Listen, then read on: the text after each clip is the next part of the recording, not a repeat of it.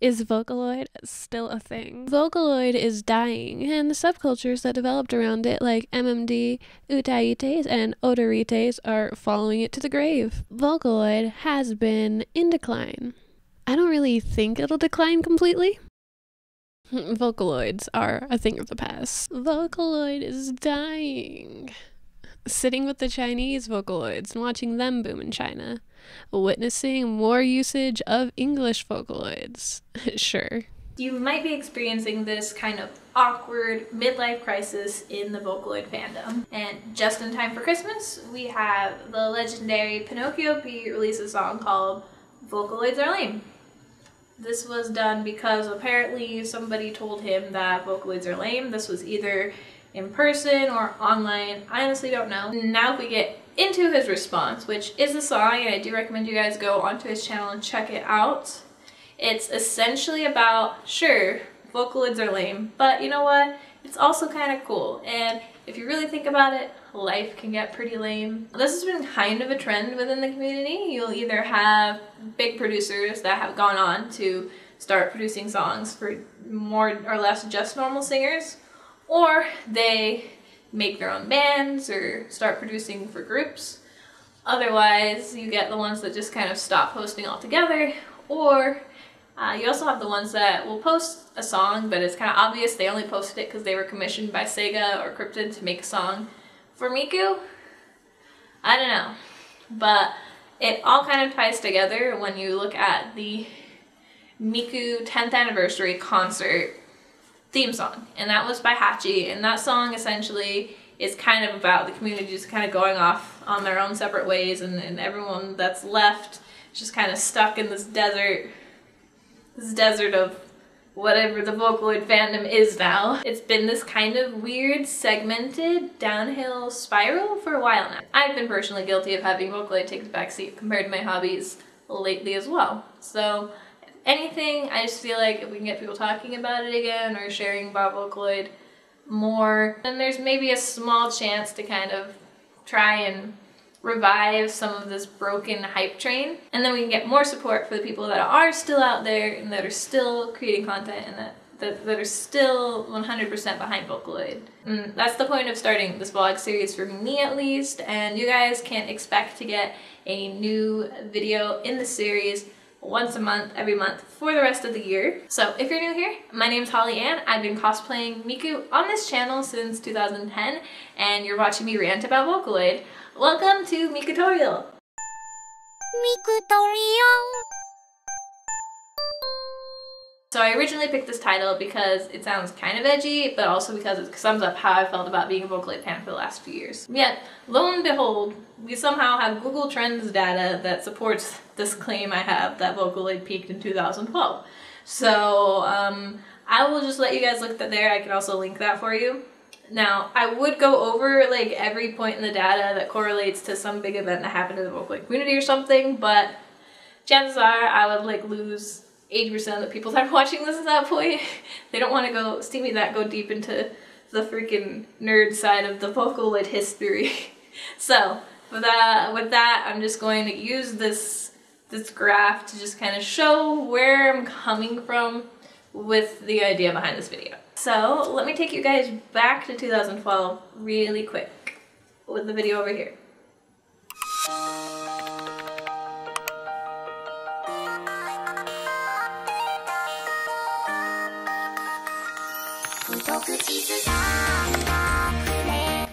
So this is the Google Chrome commercial that came out in 2012, but it was also the debut of the song Tell Your World by Livetune, which is playing in the background of the commercial. I remember this video coming out like it was yesterday.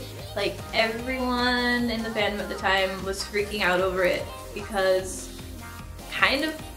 Google Senpai noticed Miku and the Vocaloid community and then made this beautiful video around it, but not only are Google commercials actually usually surprisingly okay considering they're commercials, but this one has been one of the few videos that really showcases a lot of everything behind the Vocaloid community and how just like the scale of everything. So it's honestly kind of an emotional commercial for me. So like I'm glad I'm not currently watching it and I'm putting it in post.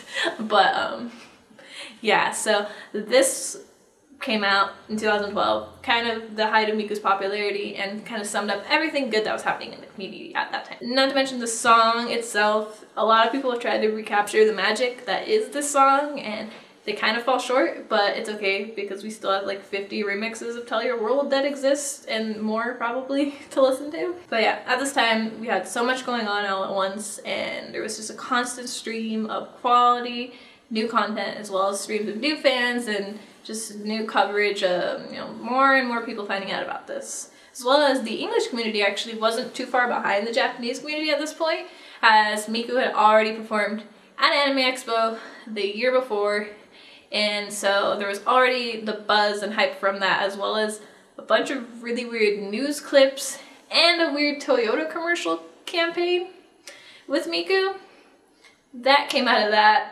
Then we came into 2012 really strong. There was a lot of really good song releases in 2012. And then at the end of 2012, we kind of ended the year with the like incredible meme tier Domino's pizza with Miku campaign. This is like the weirdest combination, at least the advertising was really weird. Honestly, if you did not experience the Domino's pizza Miku thing, just Google search, YouTube search the meme videos, and you're fine. But honestly, if you haven't experienced at least once the Domino's Miku weirdness in your life, are you really living? Either way, so we got the weirdest Miku commercial collaborations around this time, and even if they were just leeching off of Miku's popularity, or who knows if they actually boosted Miku's popularity at all, there's no denying that at some point, large companies decided to market directly to anime nerds at some point in history. So then we went from there, up here, we are at the top of this chart, to now it's just been a slow fizzling out to where we are now. And it's just like, how did we get here? I mean, I know things gain and lose popularity like fairly often. That just happens, it's natural. A lot of the original community has been growing up or growing out of Vocaloid, and it's really easy to assume, especially if you've been in the community from the height of it all, that everybody already knows like all of the classics and everybody knows the coolest things, and everybody just knows what to check out. It's like an accidental elitist thing where you forget that there are new people to the fandom every day, and that there's new content as well that needs to be explored. You inevitably just get too lazy to search for new content, and then who knows, you end up going off to do something else that you find cooler, or just something that's more relevant at the time. There's a lot of information and a lot of songs out there. There's not that many people watching stuff outside of things that get the really high numbers. But at the same time, back when Vocaloid was at the height of its popularity, it was also getting a little oversaturated as a concept. Pretty much after 2013, I personally tapped out of trying to memorize or remember every new Vocaloid that's come out. At some point it seemed like there was a new Vocaloid every month, and I do think this has died down. But at the same time, I also feel like I'm stuck playing a never-ending game of catch-up, trying to, you know, get behind or find new releases from new producers that have blown up in the last few years. And at the same time, even finding or watching stuff that has been released from established people that I've been following for a long time. YouTube is garbage at finding new stuff organically now. You can try to ride the wave of the autoplay recommendations, but after about 1 to 2 new songs, it then starts just constantly playing you songs that everyone's heard 50,000 times. Not to mention, YouTube itself kind of shot the entire Vocaloid fandom in the foot with the release of YouTube Red, and the fact that most Japanese companies did not sign on to YouTube Red. So that meant any country that has YouTube Red as a subscription that you can sign up for, that means a lot of Japanese companies, their videos will not be able to be displayed in your country. I've had to have the audio muted on several of my videos just so that they weren't not viewable in America, because that's like most of the people that watch my videos. Because of this, it's pretty disheartening when I want to find an old Vocaloid song and I go to my playlists or my favorites, and all I find are deleted videos and videos that aren't viewable in my country. I still listen to the music and stuff, but I definitely haven't been exploring or discovering as many things as I used to, and that kind of is disappointing to me, at least. But like, I mean, I still am gonna pull out the Vocaloid and cosplay Miku at least once a year, so it's not gonna completely go away on my end if I don't vlog about it. But I am still salty, so I am still gonna vlog about it. So I don't want to leave you guys just a pointless vlog where I'm just ranting about all of the problems that I feel like I'm seeing with the community. It's not even with the community, it's like with the lack of the community. Who knows if we'll ever go back to reaching the same level that Vocaloid previously was on, popularity-wise, or if it will ever surpass that, or if the English community will ever even catch up with like the level of content creation and collaboration with that the Japanese community has got. But I mean, we can still try. The communities aren't mutually exclusive. There's still subbers, there's still news places and blogs that will still post and share content from both communities, and the communities still interact with each other, which is great. And on that note, honestly, the first step, the easiest step, is just to start interacting and joining these communities that are out there. They might be dying out, but you know, we could always just breathe more life into those. So like, go on to join those like Vocaloid Facebook groups, Reddit, there's a Vocaloid Amino app, and there is also probably a Vocaloid Discord. Is there a Vocaloid Discord? If there is a Vocaloid Discord, link it in the comments. If there somehow isn't, I guess I can make one, but if there is one, I would love to link it in the description. And then once you have those places, it's really easy to connect and share and discuss the new content. I mean, at that point, it's just finding new content. That's the hardest point. So from there, I just recommend at least trying to follow Vocaloid producers that have official YouTube channels that aren't blocked by YouTube Red. And if you're able to get Nico Nico to work on your computer, I know with me, it depends on which computer I'm on. Sometimes the internet doesn't work very well with Nico Nico, but you can always support stuff by watching it on Nico Nico as well. And you can always follow the subbing channels here on YouTube. Another thing I've noticed is there's a lot more Vocaloid producers that are also posting their content on SoundCloud. And this has actually been really convenient for me, at least, because now my feed on SoundCloud has a combination of Vocaloid and anime, EDM, indie stuff all at once. So it keeps it fresh. And I would love to compile or help edit together a list of all of the Vocaloid producers on SoundCloud. And if that does happen, I will definitely link that here in the description. But even if I don't, I will still be featuring and sharing songs and producers that I do enjoy, both in the Mikutorial vlogs as well as my normal uploads. So sharing is great, obviously, that's always the first step, but you can always support with your wallet when you can, and one of the easiest ways to do that is most, if not, I'm not gonna say all, but most Vocaloid releases have also been released on iTunes through the Vocaloid record label, Karen T, and they have a full list of their catalog, links to buy stuff on their website, which I'll be linking in the description below.